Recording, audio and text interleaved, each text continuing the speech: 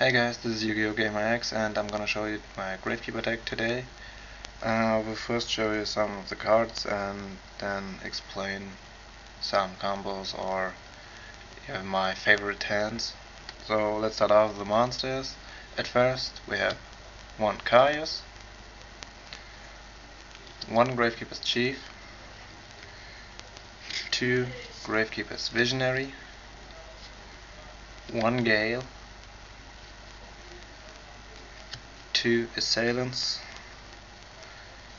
two Spear Soldiers, two Descendants, two Guards,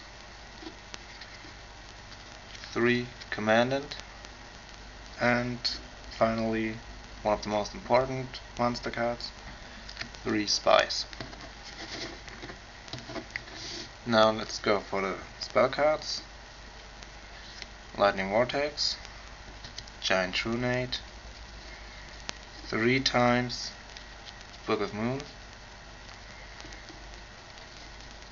2 times Gravekeeper Steel or Steely, don't know how it's called right, 2 Royal Tribute, and 3 Necro Valleys.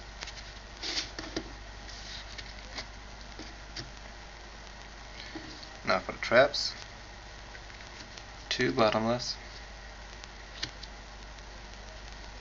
Torrential, Magic Cylinder, Mirror Force, Solemn, and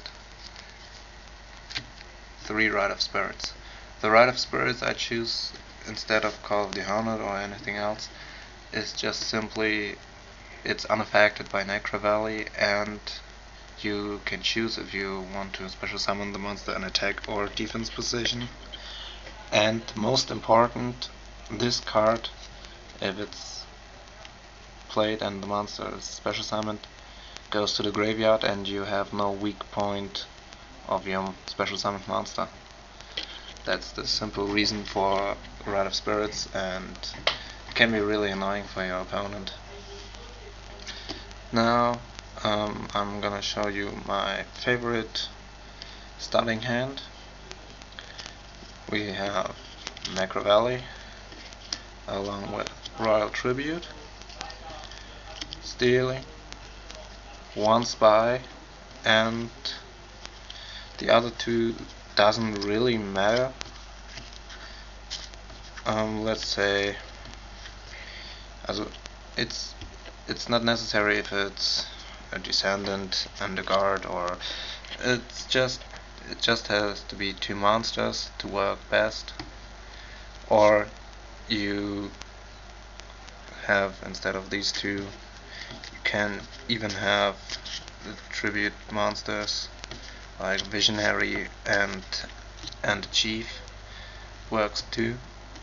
Let's say you have this one. So what you're gonna do is start with Necro Valley, play Necro Valley out, then you set your Spy, you play Royal Tribute, and both players have to discard all monster cards in their hand to the graveyard, which means the Visionary and the Chief go to the grave, and then you play Gravekeeper Steely and got your 2 monsters back. You have 3, your opponent doesn't have any. Good advantage, like a little control.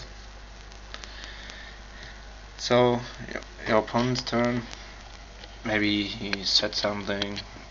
If you have a little luck, he doesn't draw a monster card at the 6th, and when it's your turn again, hopefully Necro Valley will survive, then you just simply draw 1 card, doesn't matter which card it is. You flip a Spy, go for a Descendant if I find him. There's the Descendant. So you go for a Descendant, just simply tribute Spy for Descendant effect, kill what you think is annoying card of your opponent. What you can do now is eventually you tribute Descendant Descendant for a Visionary. Then you have a Visionary 2 months in the grave. You have a Visionary with 2900, cost 200 for each Gravekeeper and 500 for Necro Valley. You have a 2900 beater, or you tribute the Descendant for the Chief with the Chief effect. You special summon the Descendant from the grave, and if your opponent have more annoying cards, you just use the Descendant effect, tribute the Chief, and kill another one and go for attack. It's up to you what you like to do. Necro Valley is for a lot of people a very annoying card. They can't use their grave, they can't remove cards in a graveyard from play, which means cards like Dark Arm Dragon can be summoned, but their effect cannot be done, and this is really bad for your opponent. They can't use Call the Haunted or anything else. Effects that activates in the graveyard, such as Sangan, that work, but all cards that target cards in the graveyard doesn't work, and removing doesn't work. So it's really good for you, and all Gravekeepers gain 500 attack and death, which is really good to have a Spy in face down defense position with 2500 defense.